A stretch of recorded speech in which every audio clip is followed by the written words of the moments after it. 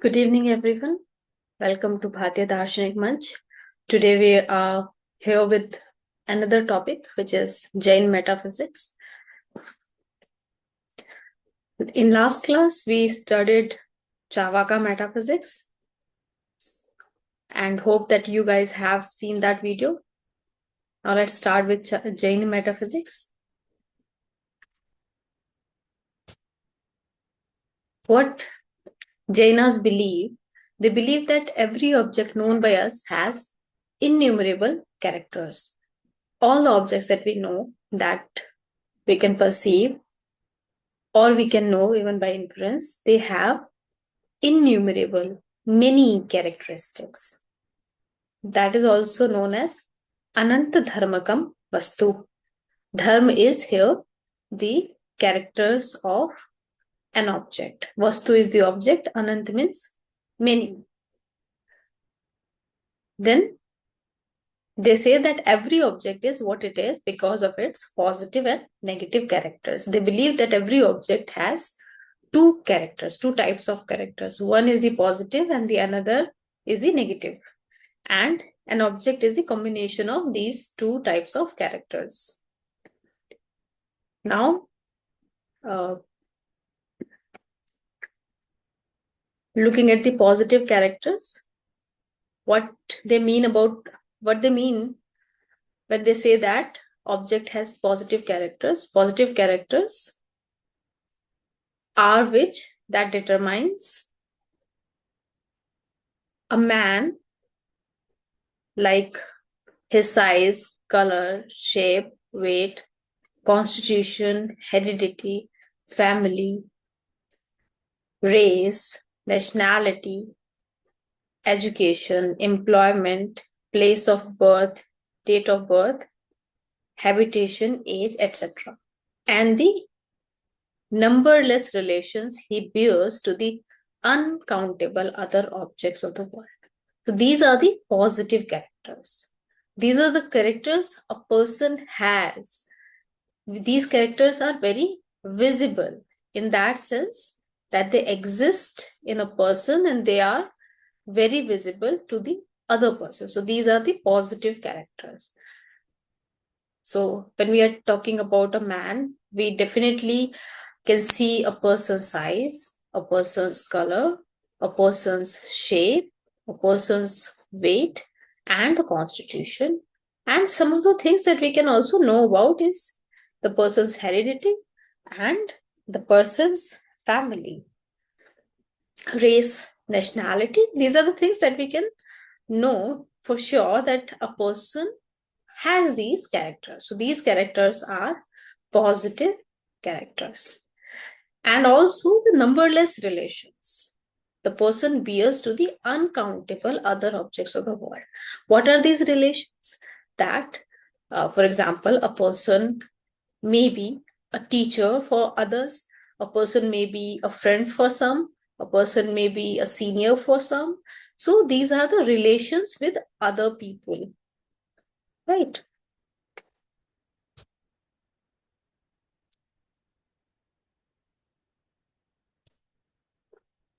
Now, there are some negative characters also. Negative characters are those characters which a person does not have. These characters are those that a person do not have.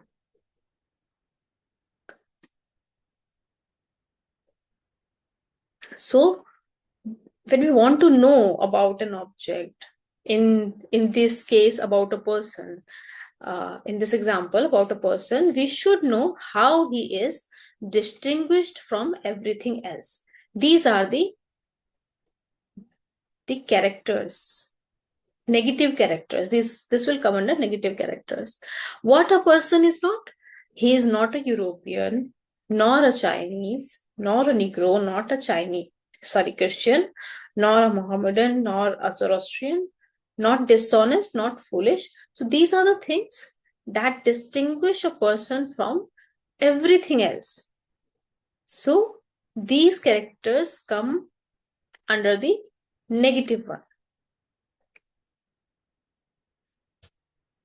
As the negative characters of the man consist in his distinctions from all other objects in the universe, the number of these would therefore be far greater than that of the positive characters. So positive characters are still less in number than the negative characters.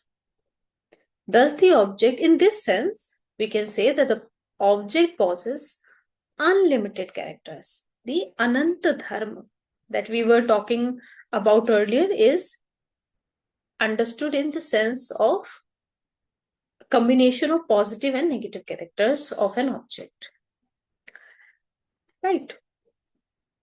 Now, when the element of time is taken into consideration, earlier we were talking about the positive characters and negative characters.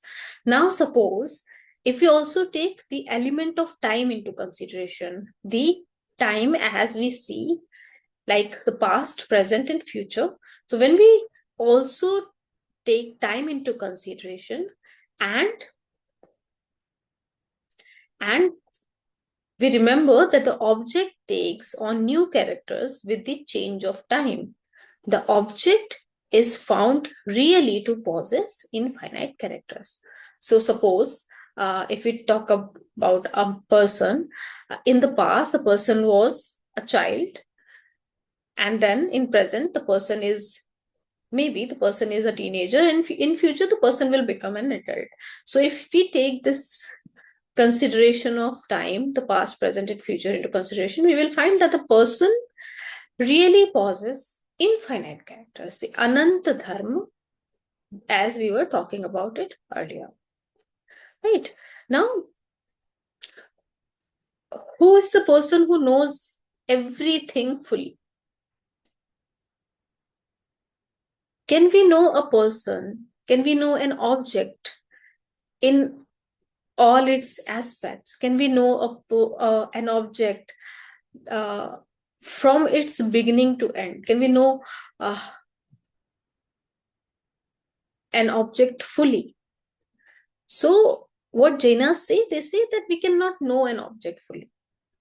It is only an omniscient person or a kevali who can have such complete knowledge of an object. And why is that we cannot know about an object fully? The reason behind is that we humans, as a finite being, we are born at particular time, we die at a particular time. So before our birth and after our death, we do not have knowledge about all those things that have occurred before our birth, and we will never have the knowledge about all those things that will happen after our death.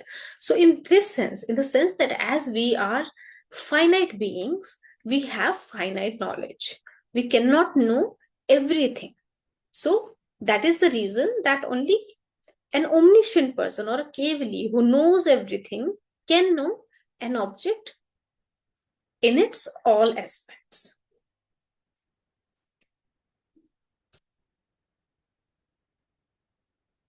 Now, what happens? Like, as we know that we are finite beings, we cannot know an object fully, but still we can say that we have knowledge, right? We cannot say that we do not know anything. We know things. We know the world around us. We know even ourselves. So what Jainas say, they say that for practical purposes, Vyavhar, a partial knowledge of what an object is or is not is quite sufficient. So Jainas, in a way, they are saying that we as a finite being have only limited or partial knowledge of things. And this knowledge that we have, this partial knowledge is sufficient for practical purposes. We do not know an object in its all aspects. So whatever the knowledge we have is completely sufficient for practical purposes, that is Vyavhara. And we should not think that a finite object is really possessed of limited characters.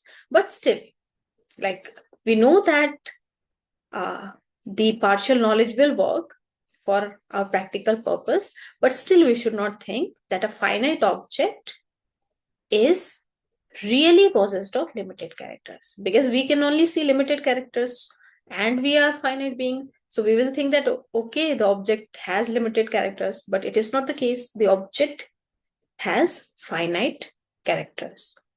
And again, what Jainas say, they say that nor should we think that our ordinary knowledge about it is complete and perfect. That we should not think that whatever we know about an object, that's limited or partial knowledge is complete. We should not think in that sense.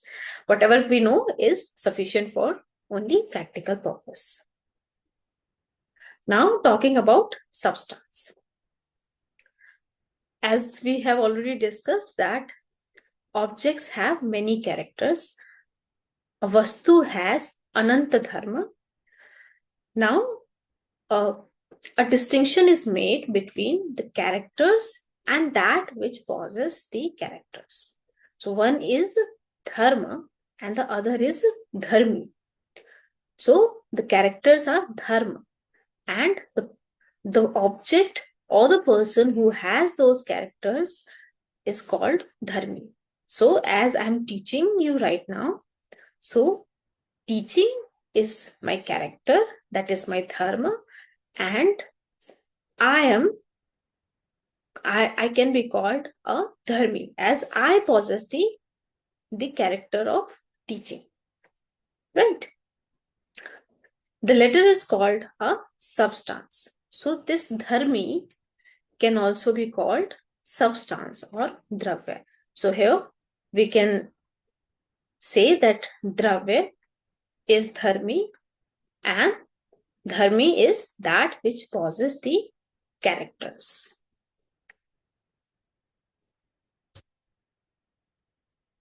Now, there are two kinds of characters found in every substance. One is the essential and the other is accidental. Essential characters and accidental characters. Right? The essential characters of a substance remain in the substance as long as the substance remains. The word essential itself says that the characters are essential, the characters are needed, right? And the word accidental itself says that the characters are accidental, they can come and go. So, the essential characters remain in the substance as long as the substance remains. So, the essential characters of a human being is that it is a living being, and that character of being a living being will remain till the substance remains, and when the person dies, the essential characters will also vanish. Without essential characters, the substance will cease to be what it is. So without, in this example, without this living being, without this character of being a living being, the person will also not be a human. To be a human, the person needs to be a living being, right? These essential characters are important characters that need to be there.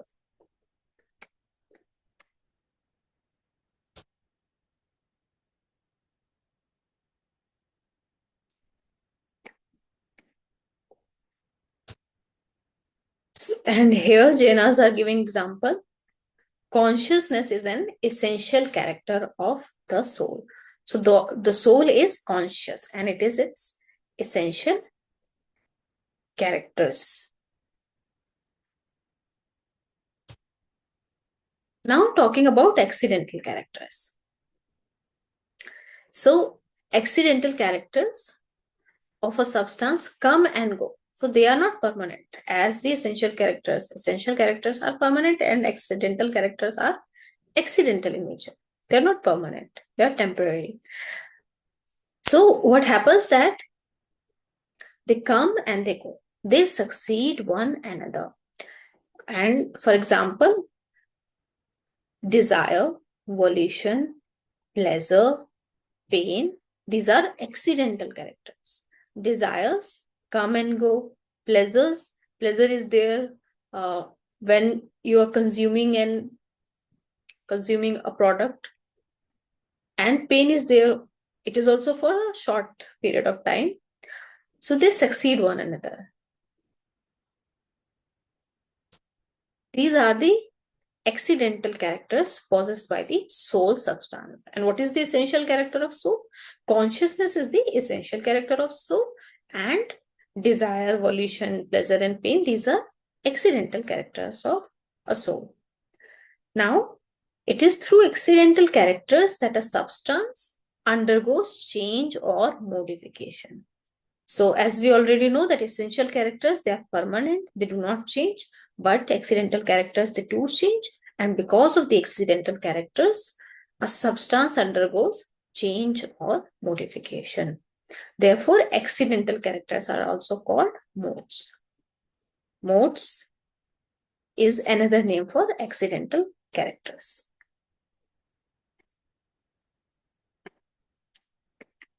Now, we call essential unchanging character guna, and we call accidental changing characters as paryaya, right? So now, as we know, another name for essential unchanging character is guna, and accidental changing character is paryaya. So now we can define a substance as that which possesses qualities as well as modes. So qualities are essential characters, modes are accidental characters, and thus we can say that a substance has gunas and paryayas. So what they say, Jainas say, gun paryayavad dravyam. You can also remember this definition for future use, that a substance or a dravya has both gun and paryaya, qualities and modes.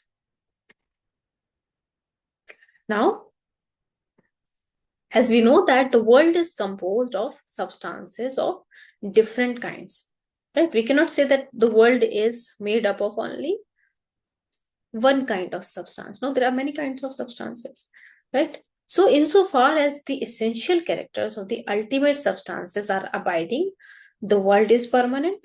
And insofar as the accidental characters undergo modification, the world also changes.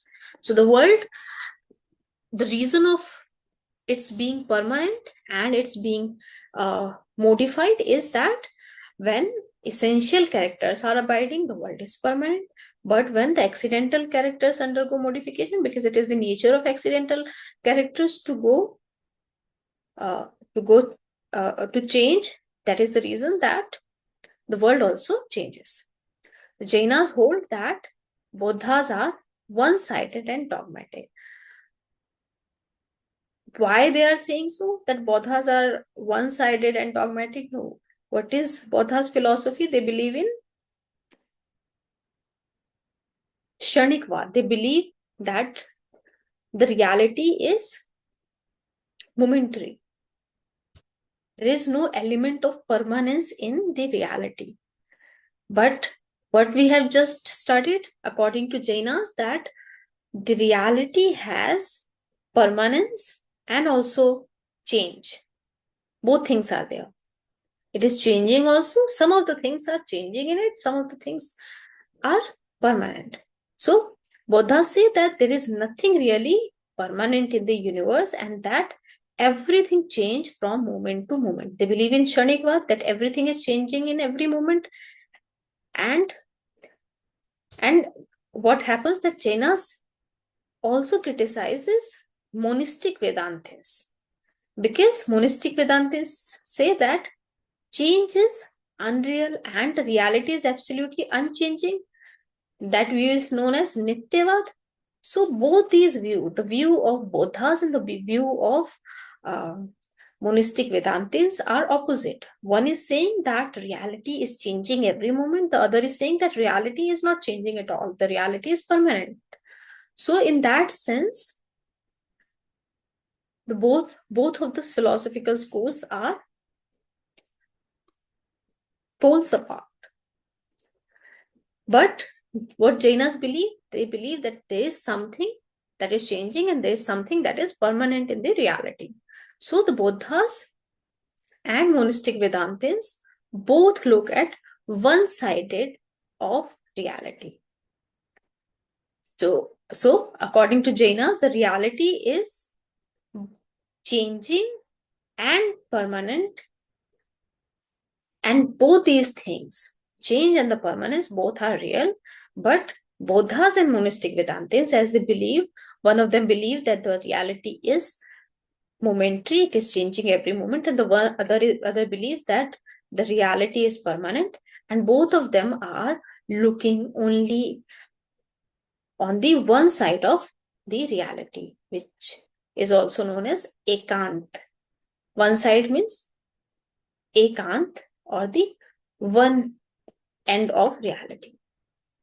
And that is the reason that both of the schools commit the fallacy of exclusive predication.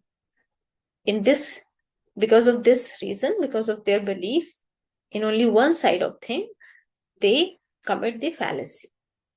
Now, what Jainas say, they say that change is true of the substance in one respect, that is syat, and permanence is true in another respect.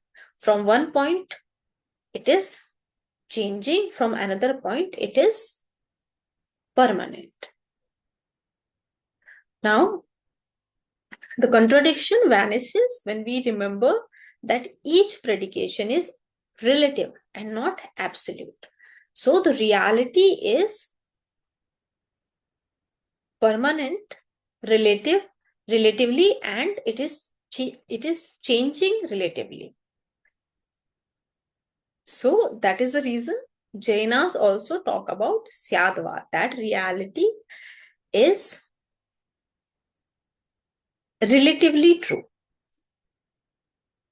Now, a substance is real, that is Sat. Real is also understood as Sat. Reality consists of three factors: permanence, that is Dhruvya; origination, that is Utpad; and decay, that is Vyay. So these three factors are there in reality. It is also said Utpad Vyay Dhruvya Yuktam Dravya. So Dravya means reality consists these three factors, that there is something that is permanent, and there is something that is originating, and as there is something that is originating, of course, which has the thing that has the origination, it will decay after some time. So because there is origination, there is decay also. So some things are permanent, but other things which are originating are vanishing also, or are decaying also in some sense.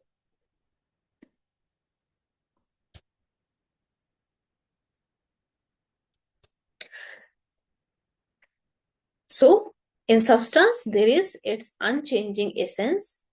And what was that unchanging essence? It was guna. And therefore, it is permanent because of the gunas, because of the essential characters. The substance is permanent. And there are again the origin and decay of its changing modes. So the changing modes, the changing characters or accidental characters, which we also know as paryaya, because of the paryayas, there is origin and decay. Hence, all the three elements that characterize reality are there in substance. So, a substance has all these three characters. Now, Jainas reject Bodha's view. And how they are rejecting? Let's see.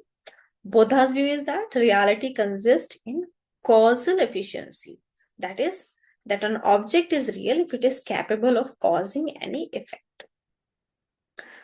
So, that there is one object and it is capable of causing an effect.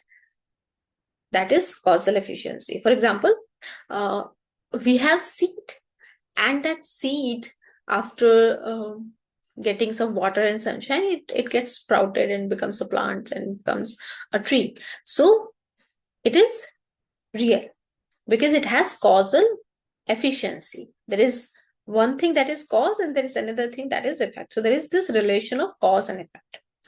So what Jainas say, they say Bodha's criteria is faulty. This criteria of causal efficiency, it is faulty because according to this view, even an illusory snake must be called real. as it can cause effects like fear, flight, etc. Now, Jainas are giving a very clever example. So, suppose if we see an illusory snake, what will happen? That uh, it will of course cause us to run. It will cause us fear. So, the effect is that we get afraid or we run. This is the effect. And what was the cause? The cause was that we have seen a snake. So the cause is snake here and the effect is fear. So in this sense also there is a causal efficiency. So in this way, the illusory snake will also be a real thing. So now, from this faulty criteria of reality, the Bodhas deduce the theory of momentariness. As you know that the theory of momentariness is given by Bodhas. And this theory says that everything is momentary, everything is changing every moment. And this theory, Jainas says that it is a fallacious theory.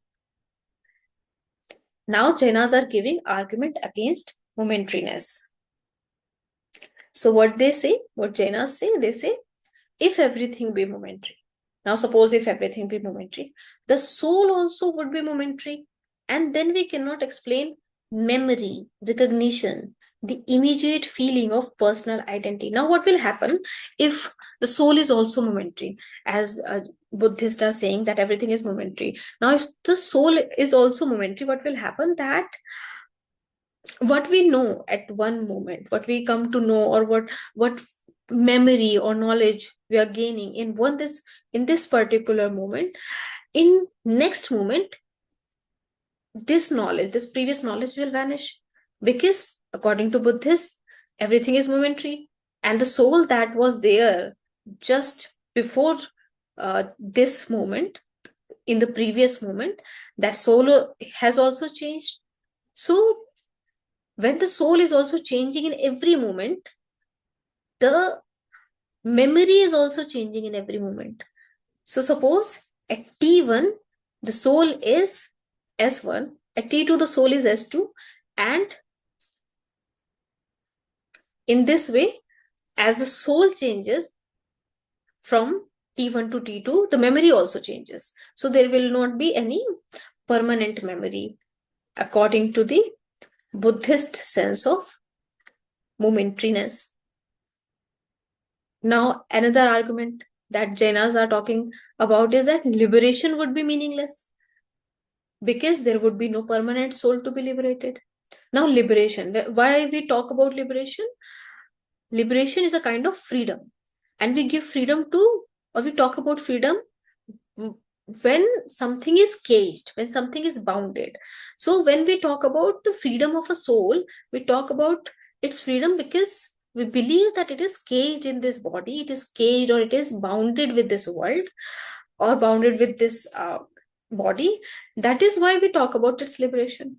But if the soul is changing every moment, then it is not a permanent thing. Then it is not even caged, then it is not even bound.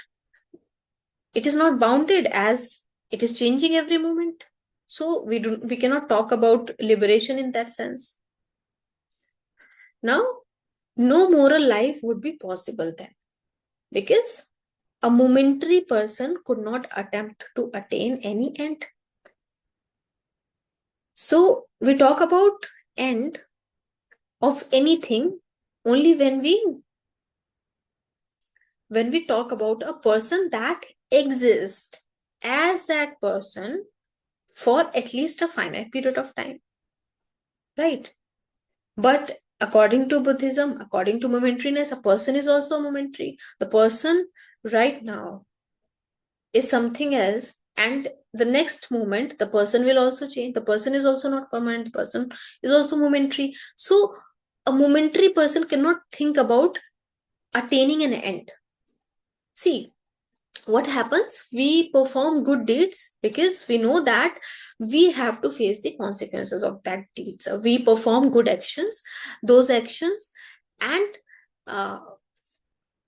and those actions will give us good result. This is what we think, and that is the reason why we talk about a moral life. That is why we do moral actions.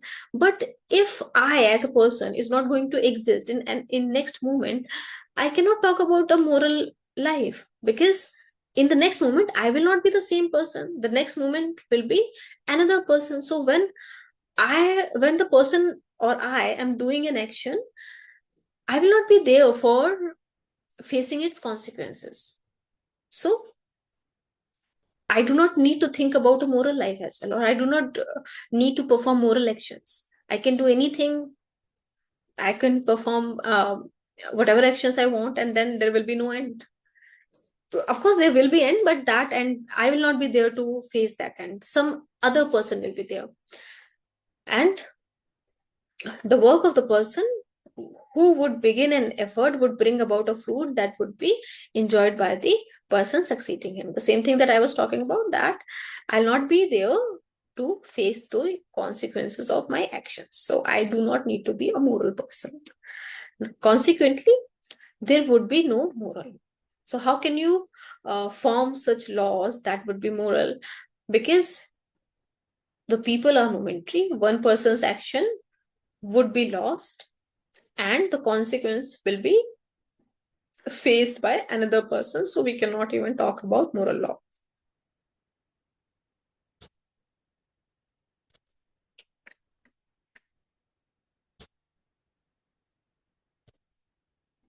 Now, the last argument is mere momentary states would not even constitute any individual series, because without something permanent running through the changing modes or paryayas, the different changing states cannot be held together to form a continuous individual. So the person will also not be a continuous individual.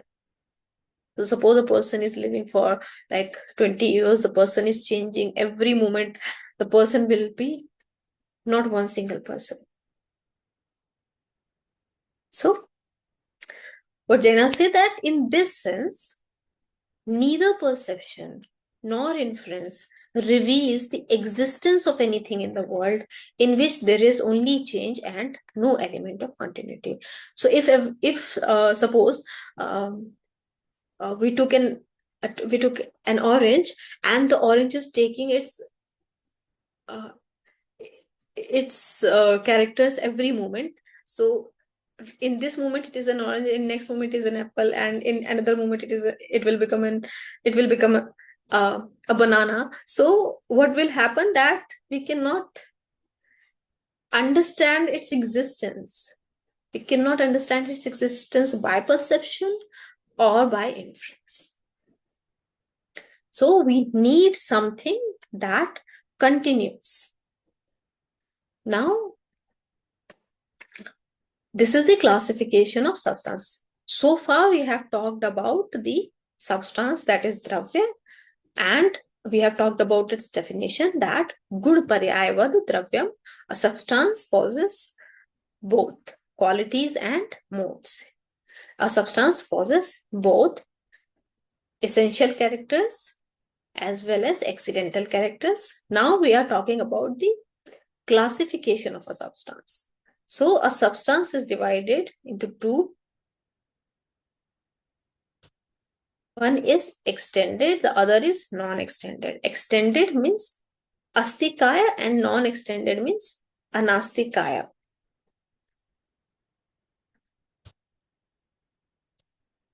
Now, extended, as we all understood that extended means it has extension, and non-extended means it does not have extension. Extension means that it has a body in the space, right? Now, there's only one substance, namely time, which is devoid of extension. So, under the category of anastikaya or non-extended, we can only put one substance, that is kal, that is time. It does not have extension. And of course, we can understand this, it does not have extension. We cannot see it. If something possesses extension, we can see it. It is tangible, we can perceive it, we can touch it, we can sometimes we can smell it. Now, all other substances possess extension except time. All other substances have extension. They have body, they exist in space, and they can be seen, they can be touched. All the substances that possess extension are called astikaya, right? And why we call it astikaya? Because kaya here means body and asti in Sanskrit means exist. So substances possessing extension exist like a body. That is the reason we call them astikaya.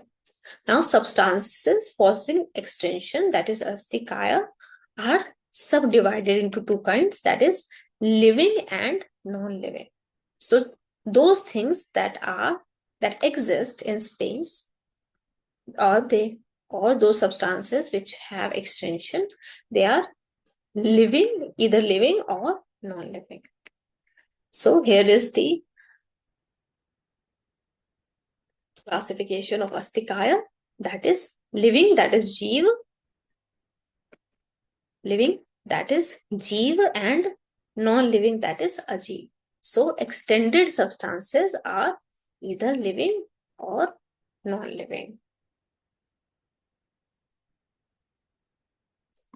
Now, talking about living substances or jivas are identical with souls or spirits.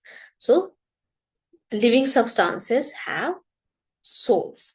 The souls again can be classified into those that are emancipated or mukta and those that are in bondage. So again, when we are talking about living substances which has souls, they are either mukta or baddha. They are either free or they are bonded. So the souls in bondage are again of two kinds. Now, we are not talking about mukt. First, we are talking about the baddha, the souls which are in bondage. These souls are of two kinds. One thing is that they are already bonded. Another thing is that they are capable of movement or they are not capable of movement. So if they are capable of movement, they are called trash, and if they are not capable of movement, they are called sthavar. So bonded souls, they are also classified in trash and sthavar. Now, talking about sthavar or the immobile living substances, they have imperfect kinds of bodies. Sthavar live in 5 kinds of bodies made of earth, water, fire, air, or plants. So what we can understand sthavar in a sense like bacteria. They live in earth, they live in water, they live in fire, bacteria or viruses, they live in air. So what they have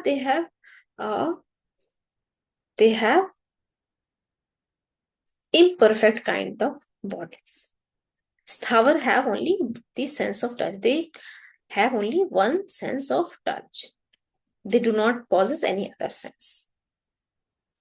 Now, therefore, sthavar possess tactual consciousness because they only possess one sense, that is the sense of touch. That is, they have tactual consciousness. So their consciousness is also limited to the senses they have. They have this only one sense, and that for that reason they have only one type of consciousness, that is only tactual. Now, talking about the mobile living substances, that is thrush, they have bodies of different degrees of perfection. So as we know that sthavar has imperfect bodies, but thrush has perfect bodies, but we have here different degrees of different degrees of perfection, and variously possess 2, 3, 4, or 5 senses. So as we have already discussed that sthavar possesses only one sense, that is the sense of touch, but thrush possesses 2, 3, 4, or 5 senses.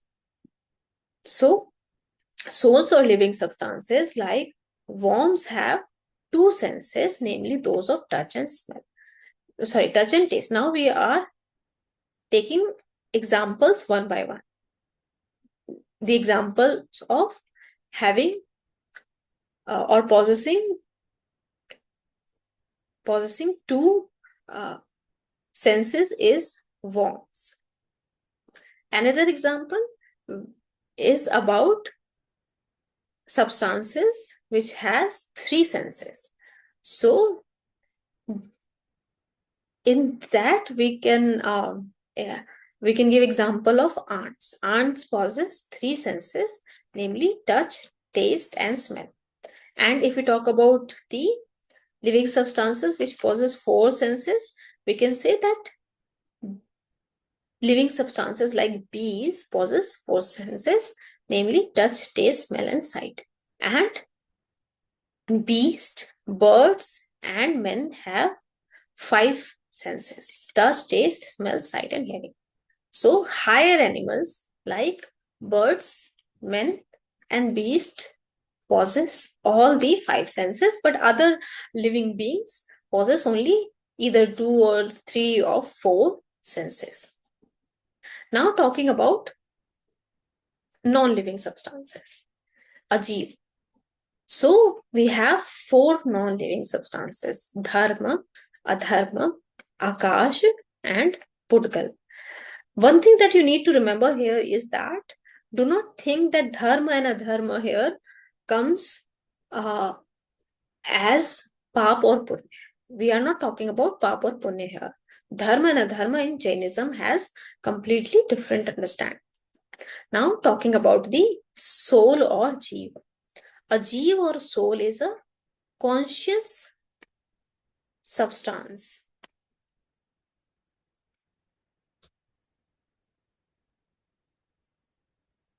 Consciousness is the essence of the soul. So if we say soul, we say it is consciousness. We cannot say that soul is different and it does not have consciousness. Consciousness is always present in the soul, though its nature and degree may vary. As we were talking earlier about the living substances which have only one sense, they have only one type of consciousness. If they have sense of touch, they have only textual consciousness. In that sense, the nature and degree of consciousness may vary depending upon the senses a substance possesses. Now, souls may be theoretically arranged in a continuous series according to the degrees of consciousness. Now, if we try to arrange the souls, so as per the degrees of consciousness, whether the consciousness is high or whether the consciousness is low, we can arrange the souls. So now at the highest end of the scale would be perfect soul. So if we take the highest and lowest end, at the highest end there would be perfect souls. And what do we understand by the perfect souls? Perfect souls have overcome all karmas and attained omniscience. So we are not perfect souls. We human beings are not perfect souls, but we can become perfect soul if we have overcome all our karmas and we have attained omniscience. Now, talking about the lowest end of this scale. At the lowest end would stand the most imperfect souls which inhabit bodies of earth, water, fire, air, or vegetable. This you can understood as something like substances, something like bacteria or viruses. They inhabit bodies of earth, water, fire, and these are the most imperfect souls. Now,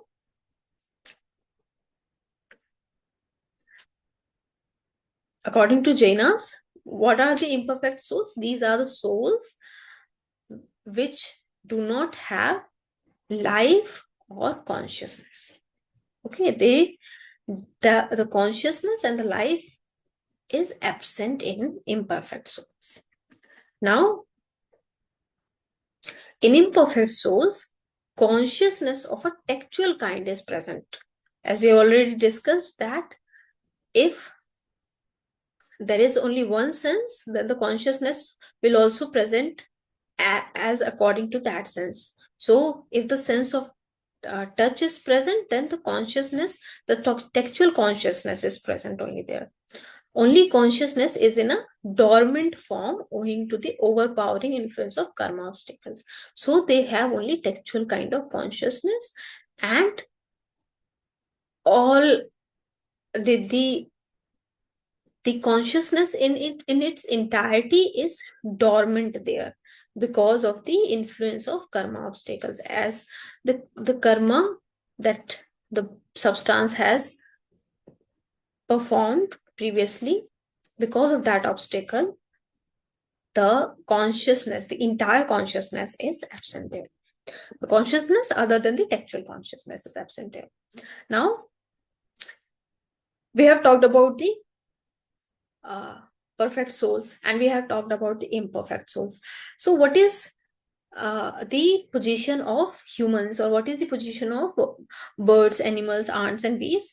What Jainas are saying that in the midway of perfect souls and imperfect souls lie those souls that have 2 to 5 senses, like worms, ants, bees and men. So all other souls lies in this reason. So suppose there is perfect soul at the top and there is imperfect souls at the bottom.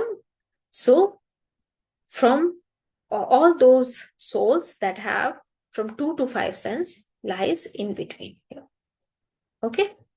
Now, it is the soul that knows everything, performs activities, enjoys pleasure, suffers pain, and illumines itself and other objects. So, all these activities are of a soul's. What are the activities? That a soul knows everything, a soul performs the activities, a soul enjoys, or a soul suffers, and the soul illumines itself and other objects. These are the actions of a soul. Now, also, we can take some other qualities as well about the soul. The soul is eternal, but it also undergoes change of states, as we have already discussed that utpay vay dhruv yuktam dravya, which means that Jainas believe that there is something that is permanent and there is something that is changing. So the soul is eternal, but it also undergoes change of states, but the soul's states are changing. It is different from the body, and its existence is directly proved by its consciousness of itself. So, soul and body are different. Soul is not body. Remember, in Charvaka, we have discussed that Chaitanya, Chaitanya, Chaitanya Deh Ev Atma. Sorry, Chaitanya Vishisht Deh Ev Atma. So, the soul is the consciousness is, sorry, the body is Chaitanya Vishisht. That body has the quality of consciousness. So, in that sense, body and the consciousness are not different, right? But according to Jainas, the body and the soul are different. And how this difference can be proved, how this separation of body from soul is proved, it is proved by the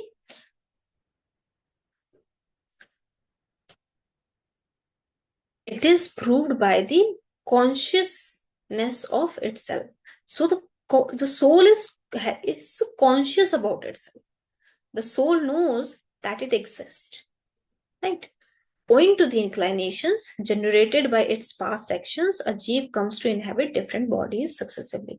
So, as we have already discussed about different types of bodies like ants and bees and animals and humans. So, why is that? What is the reason that a jiva inhabit different bodies? The jiva inhabit different bodies because of the inclinations generated by past actions. Now,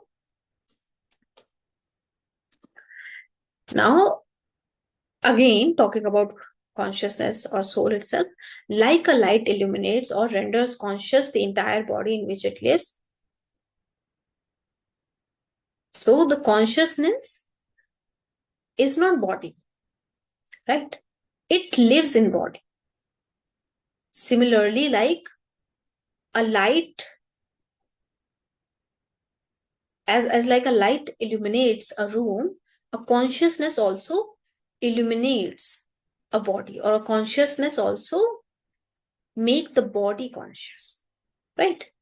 Though it has no form, it acquires like a light the size and form of the body wherein it lives. So consciousness is formless. Consciousness does not have any form, but consciousness possesses the form of the body it illuminates.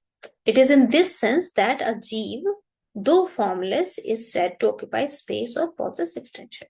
So in this sense, a jiva is having extension.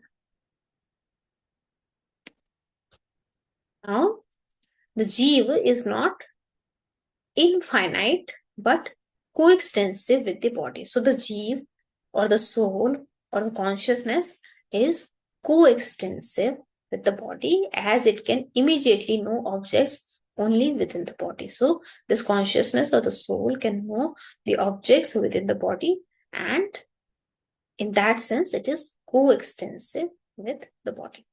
Consciousness is not present everywhere but only in the body. So it is not the case that my consciousness can live outside of my body. It is within my body and it is outside my body as well. No, it is only within the body.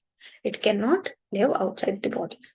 The Jaina conceive the soul primarily as living being. In this sense, soul is living being. Now, again, consciousness is found in every part of a living being, and if consciousness be the character of the soul should be admitted to be present in every part of the body, therefore to occupy space. So what happens that consciousness is there in every part of body, and consciousness, as we know, is the character of the soul. Because of that, soul is also present in every part of body, right? So soul's ability to pervade space is admitted by other Indian thinkers. So soul's ability to be present in space is also admitted by other Indian thinkers. A soul is occupying space simply means its presence in the different parts of space and not filling space like a material body. So what happens, like, for example, how, if you want to understand how a soul is occupying space, it is like it is being present there. Suppose you are taking a glass and uh, there is nothing in it. So if you fill a glass with water, it is filled, but that's not how soul is occupying the body. Soul is not occupying body as the water is occupying the glass, but as if the glass is empty and there is only light. Similarly, in that way, as the light is occupying the glass, similarly, or the air is occupying the glass, similarly, the bodies of soul is also occupying the body, or it is present there. Now, a material body fills a part of space in such a way that while it is there, no other matter can occupy it. Right? They are talking about, like, it is not similar to like soul is not similar to the body. Soul is not occupying the body as a material body occupies space. When a material body occupies a space, it fills space. So in that place where the material body is situated, or the material body is, you cannot put any other material body. But what happens that as soul is present in a body, so when one soul is present in the body, another soul can also be present there, because it is only the presence we are talking when we talk about the soul's presence. So soul's presence in a particular space does not prevent another soul's presence there. So in this way, we can say that there's a possibility that two souls can be present in one body simultaneously. So, and the analogy that Jainas give is that just as two lights can illuminate the same area, so as we can have two bulbs or two tube lights in one room, and both of them can do the same work, that both of them can be present and can illuminate the room. In the similar way, two souls can be present and they can illuminate one body. Now, about Charvaka skepticism, we know that Charvakas does not believe in a soul, and Jainas are criticizing Charvakas. So now Gunratna, a great Jain thinker, give elaborate arguments to meet Charvaka skepticism and prove the existence of soul. So now Gunratna is trying to prove the existence of soul and trying to deny Charvaka's understanding. Now, for the proof of the existence of soul, they say, Jainas say that the existence of the soul is directly proved. Now we are talking about the direct proofs. In some other slides, we will talk about the indirect proofs as well. The existence of the soul is directly proved by such uncontradicted immediate experiences as I feel pleasure. So when we say that I feel pleasure or I feel pain, when we are talking about the I, then there should be something that identify with this word I. So in this sense, that we can say that there is something that we refer with this word I. We refer the soul with the word I. Now, when we perceive the quality of a substance, we say we perceive the substance. So when we say that I feel pleasure, means this is the quality that a soul has, the quality of feeling something, the quality of feeling pain or pleasure. When we perceive this quality, we perceive the substance as well. Now, they are giving an example. For example, in seeing a rosy color, we hold that we perceive the substance rose to which the color belongs. So when we have seen the character that is rosy color, we see that we have seen the rose as well.